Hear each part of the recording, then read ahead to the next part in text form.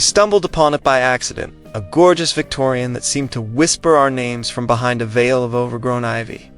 The price was so ridiculously low, we thought it was a typo. The realtor, a strangely forgetful man named Mr. Abernathy, just chuckled and said the owners were very motivated sellers. We didn't question it. Who would? We signed the papers in a whirlwind of excitement, keys clinking in my hand like a promise of a new beginning.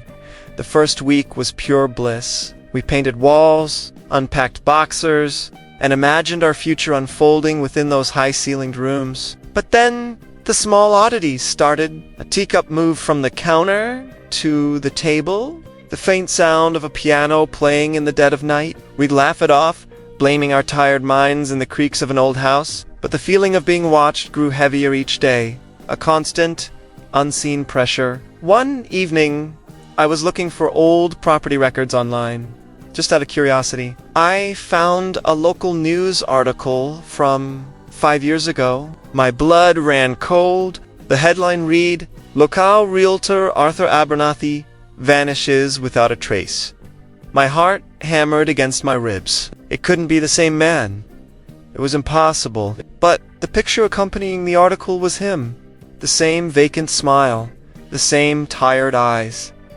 That's when I dug deeper. The house was never listed for sale. The owners, the Millers, a family of 4, had lived here for generations, and according to town records, they still did. The last official record was a property tax payment from 6 years ago. After that, nothing. It was like they had simply ceased to exist on paper.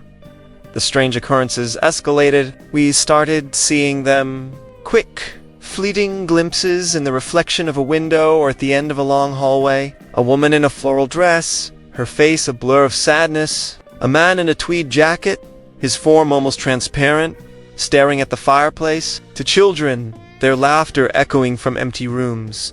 A joyful sound that now felt terrifying. They weren't ghosts in the traditional sense. They were replaying moments. Stuck in a loop, we tried to leave. The first time, our car wouldn't start. The second time, a frick storm suddenly rolled in, felling a massive oak tree across the driveway, blocking our exit. The doors would jam. The windows wouldn't budge. It became terrifyingly clear. The house hadn't been sold to us. The house had chosen us.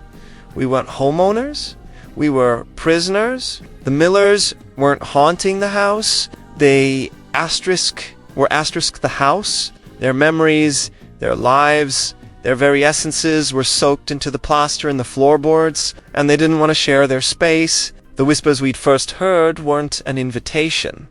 They were a lure. We'd hear them arguing sometimes, their spectral voices rising in frustration. "They don't belong here," the woman would cry. "Make them leave."